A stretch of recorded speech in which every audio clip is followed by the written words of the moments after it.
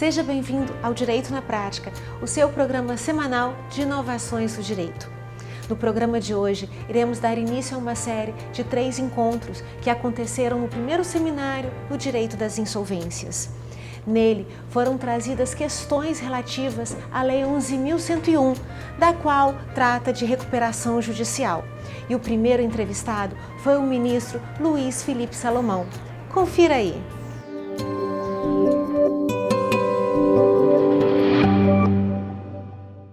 Eu converso com o ministro do STJ, Luiz Felipe Salomão. Ministro, a mediação e a arbitragem está sendo bem utilizada no ramo do direito. Na recuperação judicial de empresas, também é utilizada? Agora, com esse microsistema que se criou, o novo Código de Processo Civil, lei da mediação, ampliação da lei de arbitragem, agora é que nós estamos desenvolvendo esse mercado na área privada, porque até então era o próprio judiciário quem incentivava através dos sejus. Isso está começando a florescer cada vez com mais intensidade.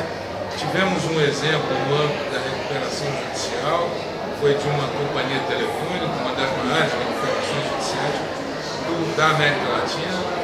Então foi usado com muito sucesso, com muito êxito.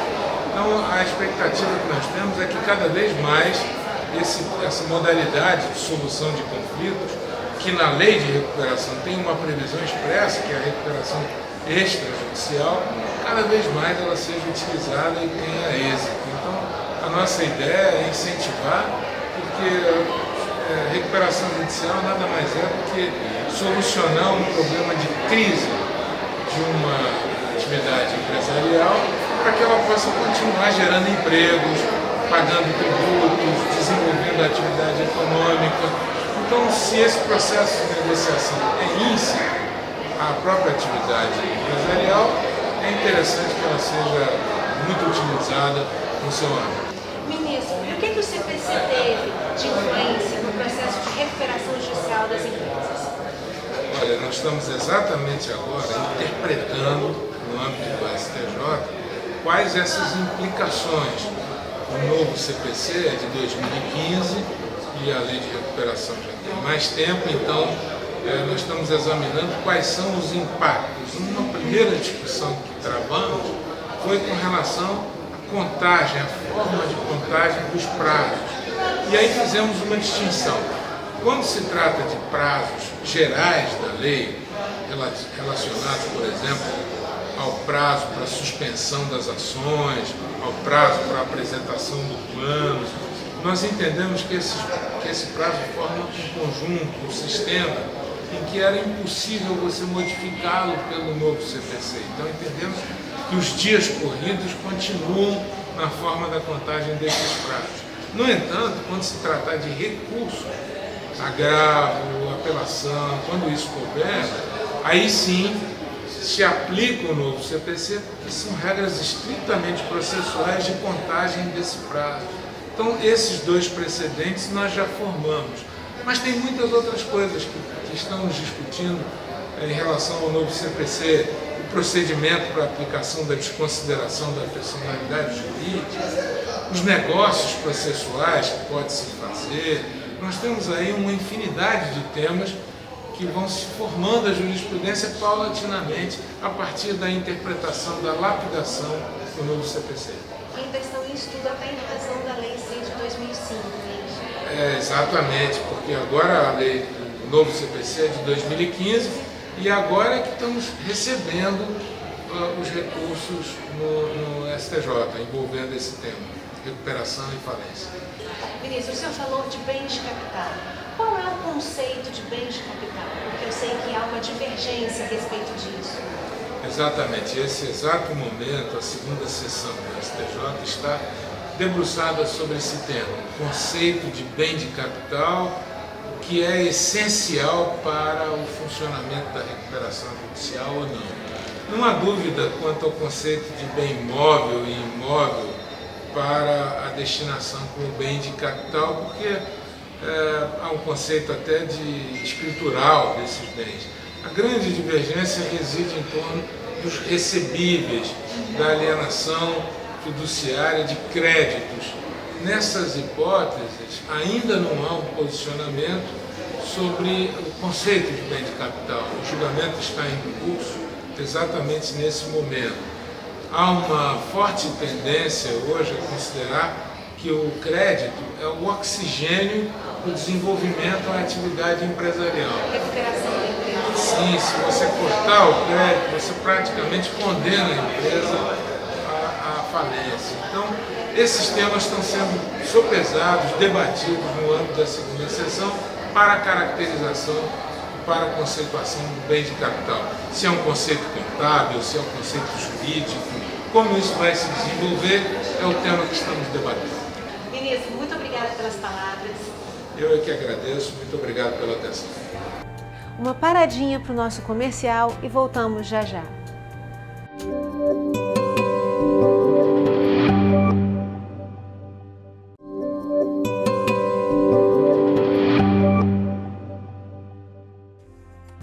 Já estamos de volta e agora você confere a entrevista com o ministro do STJ, Paulo de Tarso Sanseverino. Eu converso com o ministro do STJ, Paulo Sanseverino. Muito obrigada, doutor. Olá, tudo bem? Obrigado pelo convite. Doutor, o senhor tem julgado muitos casos de recuperação judicial no STJ? Bom, o número de casos envolvendo recuperação judicial lá no STJ, o Superior Tribunal de Justiça, tem aumentado muito nos últimos anos. Seja em função da crise econômica, seja também em função do aumento da confiança de toda a sociedade, toda a comunidade, em relação ao Instituto da Recuperação Judicial.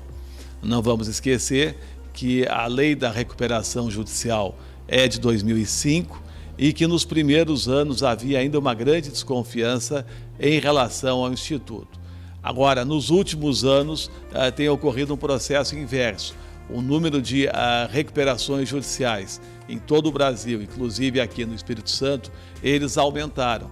E isso, na verdade, é um dado positivo, porque mostra exatamente a confiança da classe empresarial na recuperação judicial para uma recuperação efetiva das empresas em crise. Quais são as maiores causas que levam uma empresa a entrar com processo de recuperação judicial?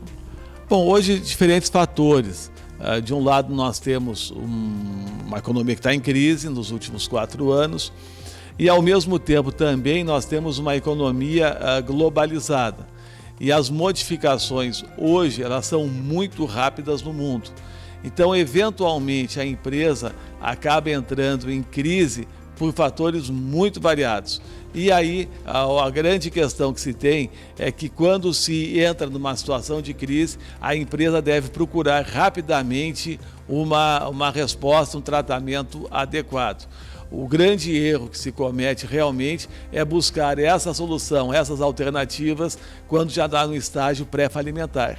E aí, muitas vezes, os resultados são irreversíveis.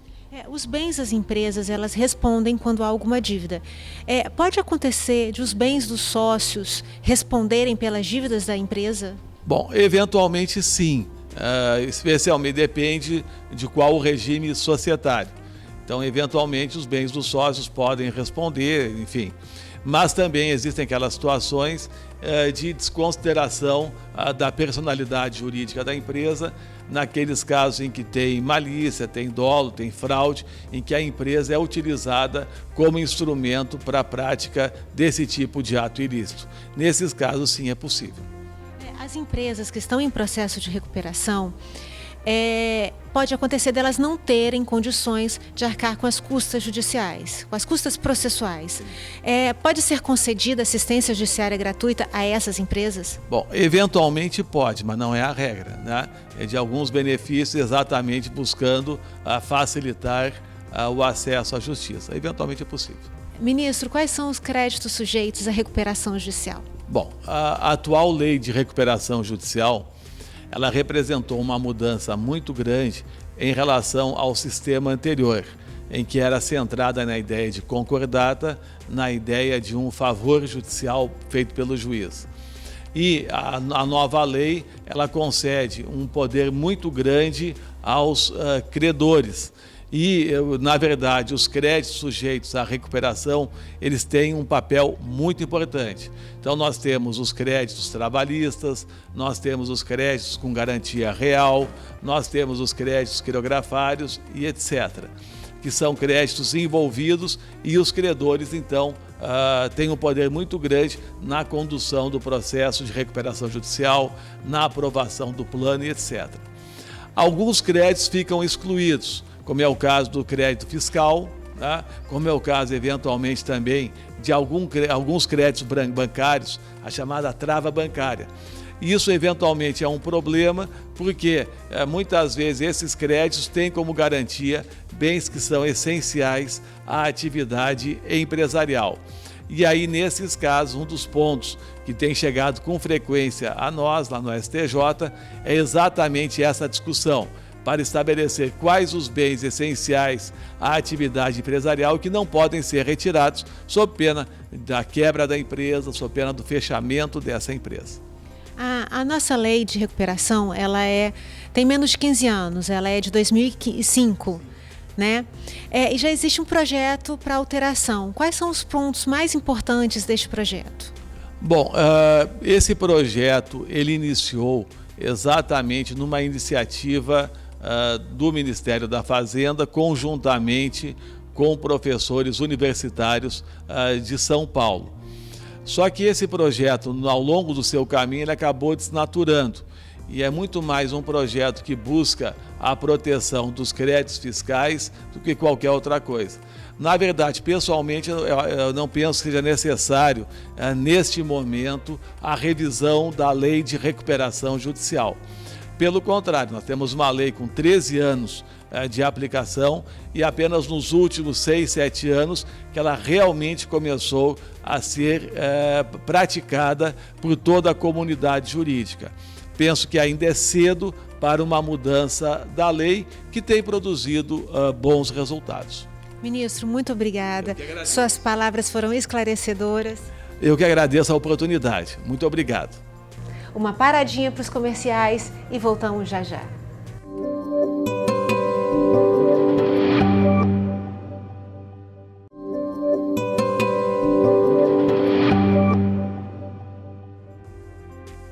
E agora a nossa conversa será com o presidente do IBDE, Instituto Brasileiro de Direito Empresarial, Gustavo Nobre. Confira! Eu converso com Gustavo Mauro Nobre, advogado e presidente do IBDE, Instituto Brasileiro do Direito das Empresas. Doutor Gustavo, da onde que surgiu a ideia de criar um seminário falando exatamente da insolvência, do direito empresarial? Eu quero agradecer a oportunidade de estar aqui, estar falando no seu programa, é um prazer. E de onde surgiu essa ideia, essa necessidade? O país atravessa por uma crise, né? Estão passando por um momento gravíssimo, onde a inadimplência,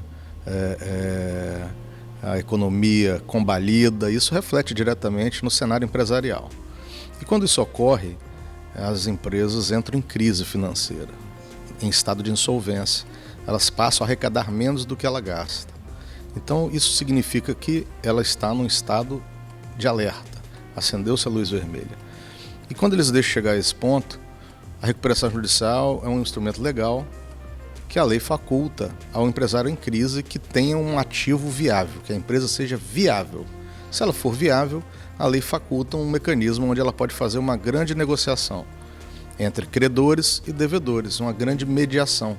E eles vão negociar um deságio na dívida original, redução de multas e juros, eles vão negociar um prazo elástico para pagamento e há uma proposta então do devedor aos credores que se submetem à recuperação judicial na forma da lei. E quem aprova ou não essa discussão não é o juiz, são os credores. Uma vez aprovado o plano de recuperação apresentado pela empresa devedora, o juiz homologa esse plano. E aí ela passa a cumprir esse plano num prazo. 2 anos é a fase judicial de supervisão desse prazo. Então, nesse período, se houver o descumprimento após a fase judicial, qualquer credor pode inclusive pedir a falência da empresa. Então, a recuperação judicial é uma grande negociação. O seminário ele é de tamanha importância para o nosso estado, trazendo credibilidade também para os nossos profissionais. Quando o senhor foi fazer o convite para os palestrantes que aqui estão, nós temos ministros, juízes, desembargadores, como é que foi a receptividade quando o senhor foi fazer esse convite? Foi muito boa, né? A gente já tem um seguinte pensamento. Quando eu formulei essa ideia de trazer o seminário para cá, por que fazer aqui, por que não fazer no Rio? Eu acho que o Espírito Santo hoje necessita de uma abertura de um espaço maior para que incentive aos profissionais da área, não só advogados, mas economistas, contadores, a se especializarem, se aprimorar nos seus ofícios, porque isso efetivamente ajuda as empresas a se recuperarem com mais proficiência. Ajuda, no caso da recuperação judicial, ao magistrado ter auxiliares cada vez mais especializados, que confiram cada vez mais efetividade e agilidade ao processo. Porque quando a gente fala dessa recuperação judicial, da fase de duração processual dela, ela pode se alongar até a aprovação do plano. Então, por quê? Por vários fatores que o profissional bem treinado, bem capacitado, ele diminui esse tempo com medidas bem efetivas, conseguindo fazer uma convergência de sinergia de ações de vários profissionais, conduzir esse processo. Então, a gente vai trazer para o Estado também um curso de aprimoramento, né? A gente pretende fazer esse curso no primeiro semestre do ano que vem, para não só capacitar, mas reciclar muitos profissionais, trazendo lead cases bem atuais e interessantes no cenário nacional para que sejam debatidos aqui. E nós estamos na iminência de um projeto de reforma da lei. Então a gente achou importante trazer isso para colocar o capixaba dentro desse contexto de discussão, para que ele entenda melhor esses problemas que estão hoje afligindo toda a classe de administradores judiciais, de advogados empresariais, de magistrados, de promotores, de economistas, contadores que trabalham diretamente no âmbito da empresa e da reestruturação e do sorrimento da empresa. E no último ano, houve o aumento de processos de recuperação de empresas? Sim, certamente. O último ano, acho que foi o ano em que houve maior crescimento. 2017 foram, salvo engano, 39 empresas aqui no estado solicitaram a recuperação judicial. No mesmo período, foram de janeiro a julho de 2017, foram 23 empresas. E nesse mesmo período desse ano, 2018, já são 19. Já foram 19, de janeiro a julho, né? Então, quer dizer, diminuiu, mas continua alto ainda o índice de pedido de recuperação judicial, ou seja, a crise ainda existe, né? Nós estamos tendo sinais de melhorias da economia e tal, mas muito lentos. Isso se reflete lentamente também. Muito obrigada, doutor. Parabéns pela iniciativa de ter trazido para o Espírito Santo um seminário deste porte, trazendo pessoas e profissionais de tamanha valia. Muito obrigada mesmo. Eu que agradeço, quero deixar a saudação a todo o público aqui, dizer que o IBDE está com o site dele lá, www.institutoibde.com.br, onde a gente convida as pessoas para se associarem, não só advogados, magistrados, promotores, mas profissionais que militam na área do direito empresarial. Acho que lá a gente tem informações importantes, espaços para divulgação de artigos, a gente oferece serviços, publicações de jurisprudências atualizadas, de vanguarda, que vem saindo semanalmente do STJ, discussões. Então o convite é para participar mais aprofundadamente desse debate, se associando ao IBDE. Uma paradinha para o comercial e voltamos já já.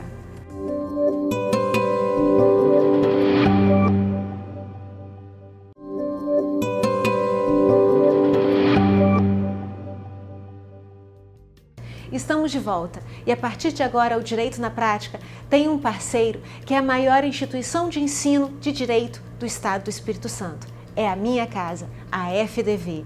E traremos, iniciando a nossa série de conversas, professores dos cursos de especialização, nos trazendo dicas e informações sobre as ofertas para 2019. Eu converso com o professor Marcelo Obregon, professor coordenador do curso de especialização aqui da FDV. O professor me disse agora há pouco que o curso de especialização tem umas especificidades que ele quer nos passar. Professor, quais são essas características do curso de especialização em marítimo e portuário? Veja, o curso de especialização em direito marítimo e portuário é um curso técnico-jurídico, ou seja, nós temos disciplinas eminentemente técnicas e disciplinas jurídicas. Por exemplo, disciplinas técnicas como operação portuária, logística marítima, arbitragem, e temos disciplinas jurídicas como contratos internacionais, contratos de afretamento, direito aduaneiro, direito ambiental. Portanto, a característica do curso de especialização em Direito Marítimo e Portuário nos abre um leque muito grande para o nosso público-alvo. Então, o nosso público-alvo não necessariamente tem que ser um operador jurídico ou um bacharel em Direito. Pode ser um oficial da Marinha Mercante, oficial da Marinha de Guerra, um operador portuário, um agente marítimo, um cidadão formado com curso de graduação em outra disciplina que não seja o direito marítimo. Essa é a vantagem do curso de especialização de Direito Marítimo e Portuário. Nos abre esse leque para que os participantes ou os interessados possam participar, possam vir aqui para a faculdade para poder realizar este curso e esta especialização, que na verdade nos abre um mercado muito grande, já que nós devemos inaugurar 8 ou 7 terminais portuários privados, e isso logicamente vai criar uma série de conflitos, tanto técnicos quanto jurídicos. Então, não precisa ser necessariamente um bacharel de Direito. Pode ser uma pessoa formada em qualquer curso superior, sendo necessária, é óbvio, a formação acadêmica. É uma característica que a maioria das pessoas não tem consciência, não é isso, doutor? É porque a oferta da FDV dá a impressão de que fosse só para cursos para formados em Direito, e não é. Direito Marítimo e Portuário, como eu já disse, abre a oportunidade para outras pessoas que se formaram em outros cursos. E também tem outra novidade, que a nossa especialização em Marítimo e Portuário ela é quinzenal.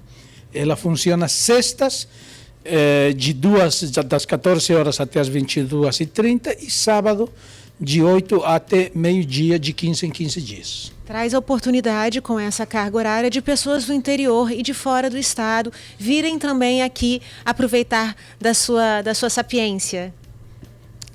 Da minha sapiência, da sapiência dos professores que são contratados, que são especialistas em Direito Marítimo. Na verdade, nós temos 3 especiais locais, o resto dos professores são professores que vêm do Brasil todo. Então, nós temos que aproveitar da sapiência desses mestres que são conhecedores do Direito Marítimo e Portuário.